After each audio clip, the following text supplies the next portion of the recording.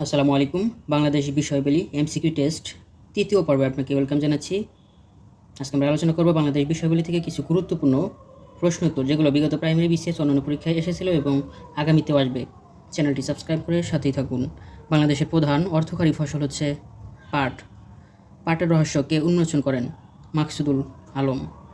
কোন জেলা তুলা চাষের জন্য বেশি উপযোগী? যশোর জেলা। বাংলাদেশে অর্গানিক চা উৎপাদন শুরু হয়েছে পঞ্চগড়ে। বাংলাদেশের সবচেয়ে বেশি চা বাগান আছে মৌলভীবাজার জেলায়।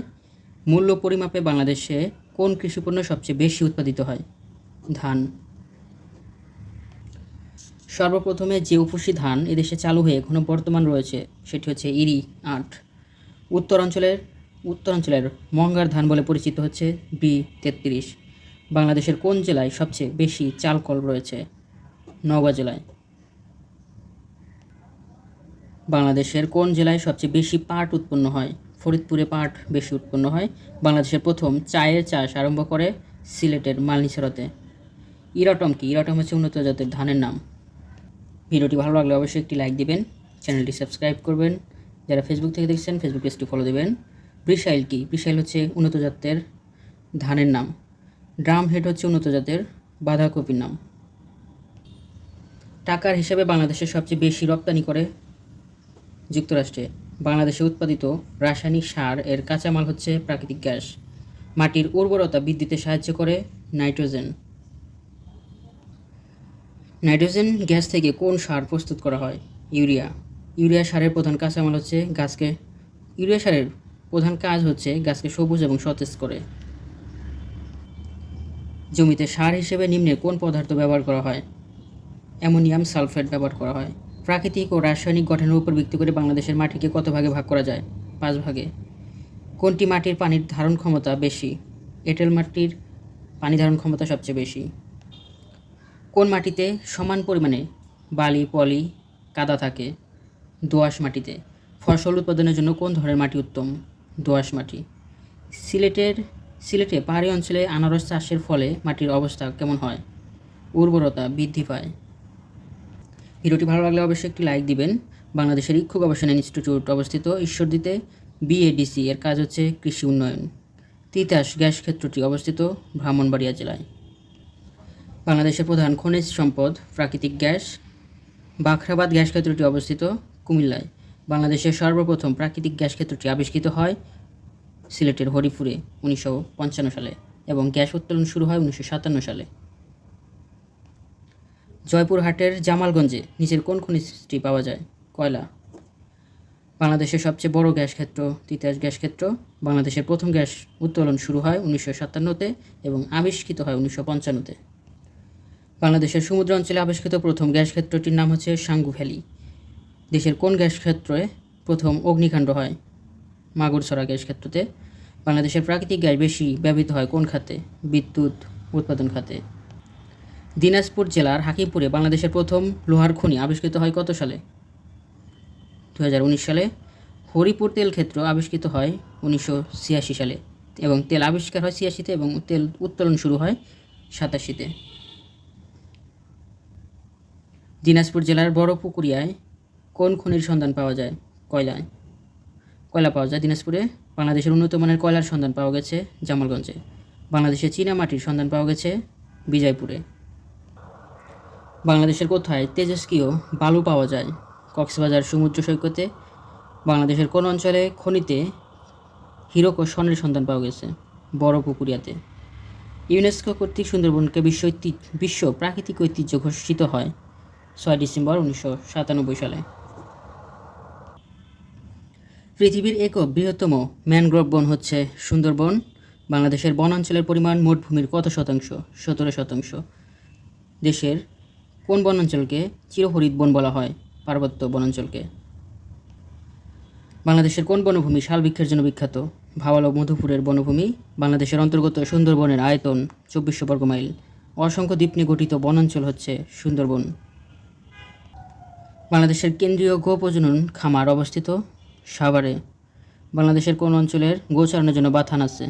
পাবনা এবং সিরাজগঞ্জে। বাংলাদেশের প্রধানমন্ত্রী হতে হলে ন্যূনতম বয়স দরকার 25 বছর।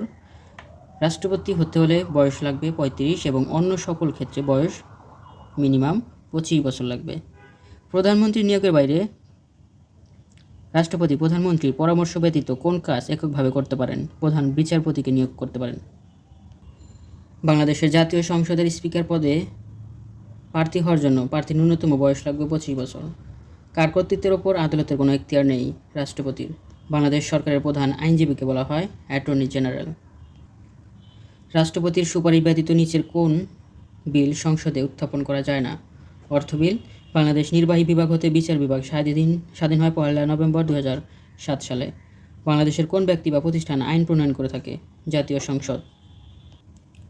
সংসদের প্রধান কাজ হচ্ছে জুতসই আইন প্রণয়ন করা। একজন সংসদ সদস্য স্পিকারের অনুমতি ছাড়া কত দিন সংসদের বাইরে থাকতে পারে? 90 দিন। সংসদে অধিবেশন আহ্বান করেন রাষ্ট্রপতি। বাংলাদেশ জাতীয় সংসদে কোরাম হয় কত সদস্যের উপস্থিতিতে? 60 জন। সংবিধানের কত নং অনুচ্ছেদে ন্যায়পাল নিয়োগের কথা বলা আছে? 77 নং অনুচ্ছেদে। সংসদের বিশেষ অধিকার কমিটি কোন ধরনের কমিটি? সাংবিধানিক স্থায়ী কমিটি। কার সম্মতি ছাড়া কোনো বিল পাশ করা যাবে না? রাষ্ট্রপতি। বাংলাদেশের জাতীয় সংসদে উত্থাপিত সরকারি বিল বলতে বোঝায় কেবল মন্ত্রীদের দ্বারা উত্থাপিত বিল হচ্ছে সরকারি বিল, আর মেম্বার অফ পার্লামেন্ট দ্বারা উত্থাপিত বিল হচ্ছে বেসরকারি বিল। বাংলাদেশের সংবিধানের ব্যাখ্যাকারক হচ্ছে সুপ্রিম কোর্ট। সংবিধানের কোন অনুচ্ছেদে রিট আবেদন করা যায়? 102 নং অনুচ্ছেদে। ভিডিওটি ভালো লাগলে অবশ্যই একটি লাইক দিবেন, চ্যানেলটি সাবস্ক্রাইব করে সাথেই থাকুন, ভিডিওটি শেয়ার করে দিবেন। বাংলাদেশ সুপ্রিম কোর্টের প্রধান বিচারপতি কে নিয়োগদান করেন? প্রেসিডেন্ট। সুপ্রিম কোর্টের বিচারপতির বয়স হতে হবে, সুপ্রিম কোর্টের বিচারপতির সর্বোচ্চ বয়স 67। কোড অফ রেকর্ড বলা হয় কোন আদালতকে? সুপ্রিম কোর্টকে। কোন পদটি সাংবিধানিক পদ নয়? চেয়ারম্যান, জাতীয় মানবাধিকার কমিশন। প্রধান নির্বাচন কমিশন, চেয়ারম্যান, কর্ম কমিশন এবং মহাহিসাব নিরীক্ষক এগুলো সাংবিধানিক প্রতিষ্ঠান। সংবিধানের কত নং অনুচ্ছেদে নির্বাচন কমিশন গঠনের কথা বলা আছে? 118 নং অনুচ্ছেদে। প্রধান নির্বাচন কমিশনারের মেয়াদকাল 5 বছর। সংবিধানের কোন অনুচ্ছেদে ভোটার তালিকার বিধান বর্ণিত আছে? 121 নং অনুচ্ছেদে ভোটার তালিকার কথা বলা আছে এবং 118 নং অনুচ্ছেদে নির্বাচন কমিশনের কথা বলা আছে, আর 137 নং অনুচ্ছেদে কর্ম কমিশনের কথা বলা আছে। কোনো কারণে সংসদ ভেঙে গেলে পরবর্তী কত দিনের মধ্যে বাংলাদেশ সংসদ নির্বাচন অনুষ্ঠিত হবে? 90 দিনের মধ্যে। বাংলাদেশ মহাহিসাব নিরীক্ষক ও নিয়ন্ত্রক পদে নিয়োগ দেন কে? রাষ্ট্রপতি।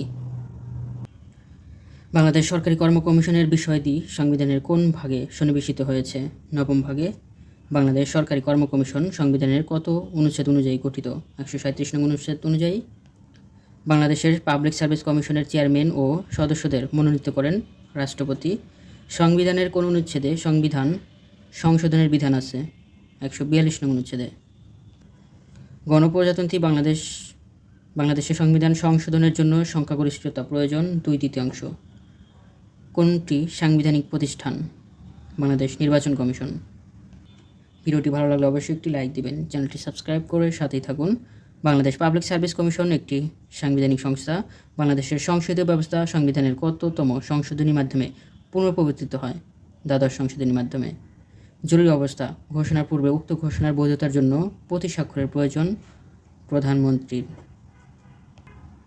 বাংলাদেশের রাষ্ট্রধর্ম ইসলাম কোন সংশোধনীর মাধ্যমে প্রবর্তন করা হয়? 8ম সংশোধনীতে। কততম সাংবিধানিক সংশোধনের মাধ্যমে সুপ্রিম কোর্টের বিকেন্দ্রায়ন করা হয়? 8ম সংশোধনীর মাধ্যমে।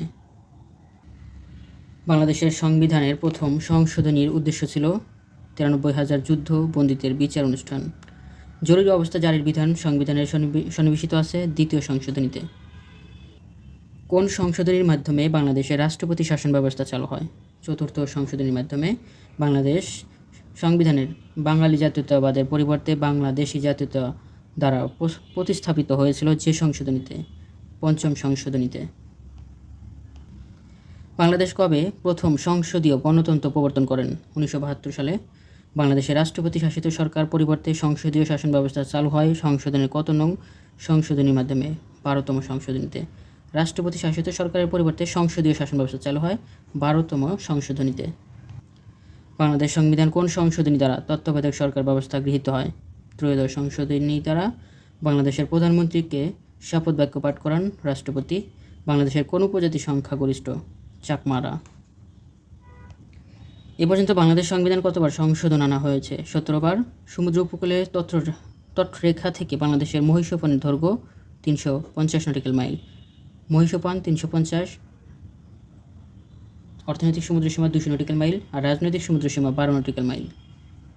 ধন্যবাদ সবাইকে এতক্ষণ সাথে থাকার জন্য। সকলের জন্য শুভকামনা রইল।